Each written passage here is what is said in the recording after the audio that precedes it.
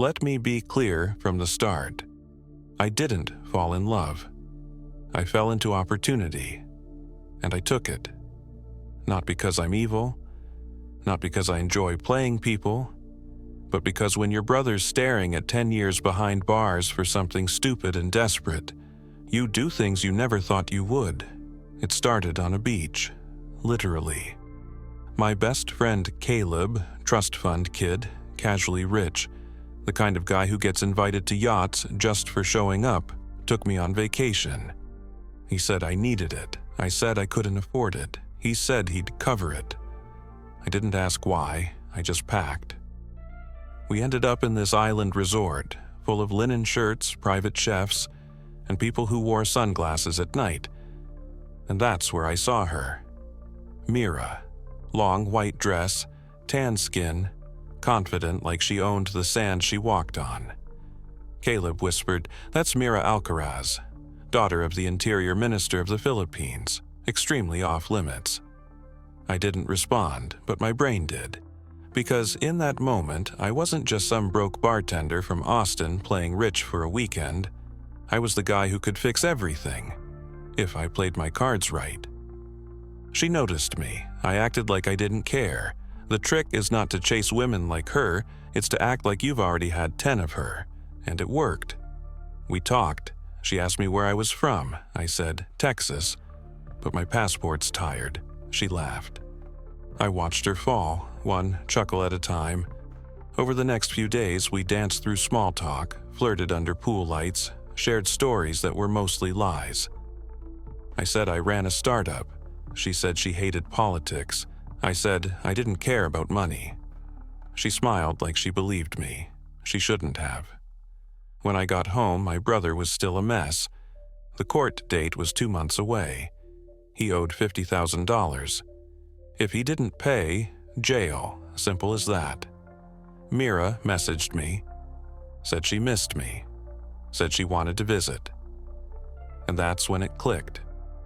I didn't fall in love. I pitched a story. I brought her to Austin, took her to jazz bars, walked her through art galleries I couldn't afford, ordered wine I couldn't pronounce. She met my friends, all coached to act like I had money. I even rented a Tesla for the week. She saw the fantasy, and she bought it. 6 weeks later, I proposed. 3 months later, we were married. I told myself I'd confess eventually, after the trial, after the debt was paid, after everything was stable. But each time I looked at her, how happy she looked, how safe she felt, I couldn't do it. Not yet. She offered to help with the money, said her father would set us up.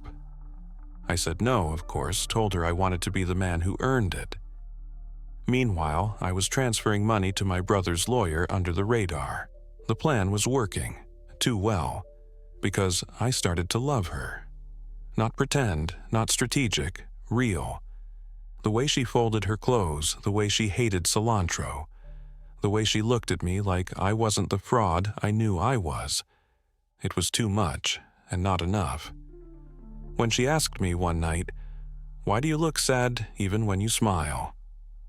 I almost told her. Almost, but I didn't. Because that was the night I learned. She'd been talking to my brother. It started small. She asked if my brother was okay, said he looked nervous when they met, said he mentioned something about a miracle. I froze. I'd never told her they'd spoken. Turns out he added her on Instagram. Apparently, he thanked her for saving him. She was confused. I was cornered. I tried to cover it up, said he was being weird, said he meant emotionally, said he was just grateful she made me happy. She smiled, but I knew she didn't believe me. A week later, she left for a 3-day business trip. When she came back, she was quiet. Not cold, just controlled. She cooked, cleaned, laughed at my jokes, but I felt it, a shift. She didn't ask about my day anymore, didn't touch my arm when she passed. Just a soft silence between everything. And then, one night, I woke up, and she was gone. Her stuff was still there, phone, keys, purse, but she wasn't in the bed. I found her sitting outside, in the dark, staring at the sky. She didn't look at me when I sat beside her, just said, "I talked to your brother." That was it. No yelling, no confrontation, just those 5 words, and the sound of everything crumbling inside me. I tried to explain that I did it for family, that I didn't mean to fall for her, but I did, that I wanted to tell her, that I'm not who I was when this started. She listened, quietly, patiently, like she was waiting for the punchline. And then she said, "I didn't need your money. I just needed honesty." She stood up, went inside, closed the door, and locked it. I slept on the porch that night. Next morning, she was gone again, but this time, for real. No message, no suitcase, just gone. I called her for weeks, wrote emails, letters, no response. I didn't blame her, but it still gutted me because by then, I loved her more than I'd ever loved anything in my life. A month later, I got a call from my brother. He sounded cheerful, said, "Thanks for the help, man. Couldn't have done it without you." I asked what he meant. He laughed, said he'd use the money to clear the debt, yeah, but also to leave the state. Start over. Said he wasn't planning to tell me, but figured I deserved to know how things turned out. He disappeared too. Left me with an empty apartment, a frozen bank account, and a reputation in ruins. Now I bartend again. Different city, smaller life. No rings, no lies, just quiet. People say I got what I deserved. Maybe they're right. But some nights, when it's quiet and the ice in my glass stops cracking, I think about her. How she smiled when she didn't trust me yet. How she kissed me before I deserved it. And I wonder if she ever loved me at all.